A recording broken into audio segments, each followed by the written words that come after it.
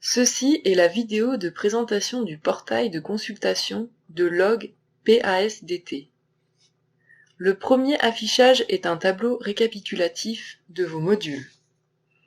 Il y présente la dernière anomalie, température envoyée et localisation pour chaque module.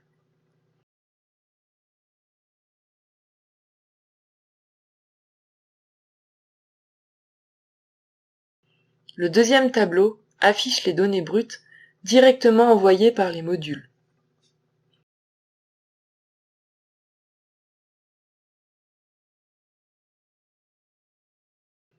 Tous les champs des deux tableaux sont filtrables et triables.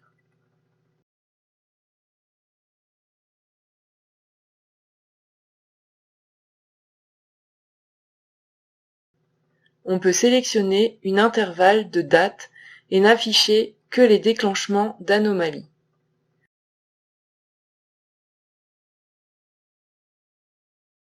Le tableau est actualisé toutes les 5 minutes.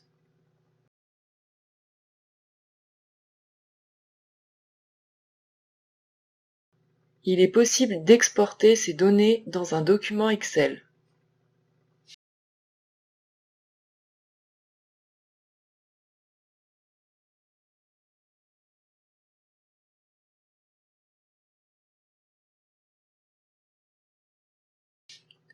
Le troisième onglet montre les courbes de température. Une notification est envoyée à chaque dépassement de seuil. En jaune, les températures hautes et rouge, température critique. La courbe de régression bleue permet de synthétiser les données et avoir un aperçu de l'évolution des températures jusqu'à 1 mois dans le futur. Il est possible de retrouver toutes les données envoyées grâce à l'aperçu temporel en bas de la page. En sélectionnant le module de Yannick Simon, on s'aperçoit que le transformateur sur lequel est fixé le module est rallumé tous les jours. Il est donc inutile d'être notifié en cas de chute et de montée de température. Nous remarquons aussi que l'état normal de fonctionnement est compris entre 60 et 80 degrés. Si la valeur par défaut du seuil de température avant déclenchement d'alerte est trop basse pour ce module, il nous est possible de la modifier dans la page « Gérer mon parc ». Ici, vous pouvez consulter les notifications envoyées par vos modules. Ces alertes sont différentes des déclenchements déclarés par les modules. Celles-ci sont issues de l'analyse du portail et sont intégralement paramétrables. En jaune, les alertes critiques. En vert, les alertes résolues avec le temps pendant lequel l'état d'alerte a duré. Chaque événement pouvant être commenté, pour donner des indications à votre technicien par exemple, est archivé.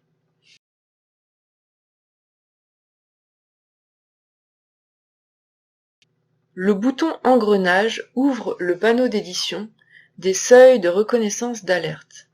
Il y a 15 types d'alertes. Nous allons désactiver la reconnaissance de forte hausse et baisse de température et augmenter le seuil de haute température.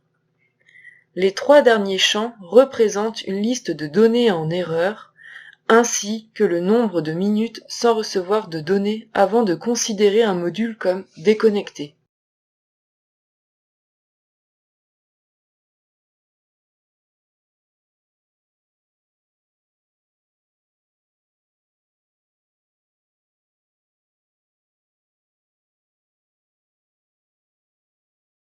Avec ces boutons, il est possible de visionner les mails d'alerte envoyés.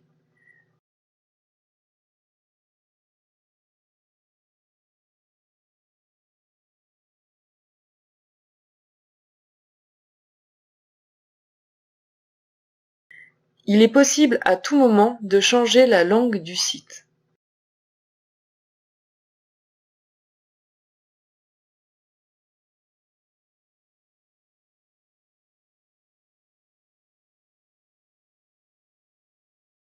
Nous retournons au tableau des données du module de Yannick grâce à ce bouton.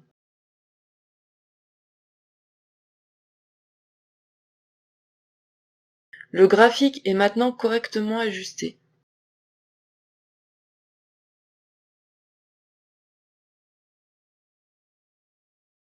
Afin de répondre aux besoins de mobilité des techniciens en déplacement sur site, nous avons pensé PASDT comme une réelle application moderne répondant aux normes progressives Web App.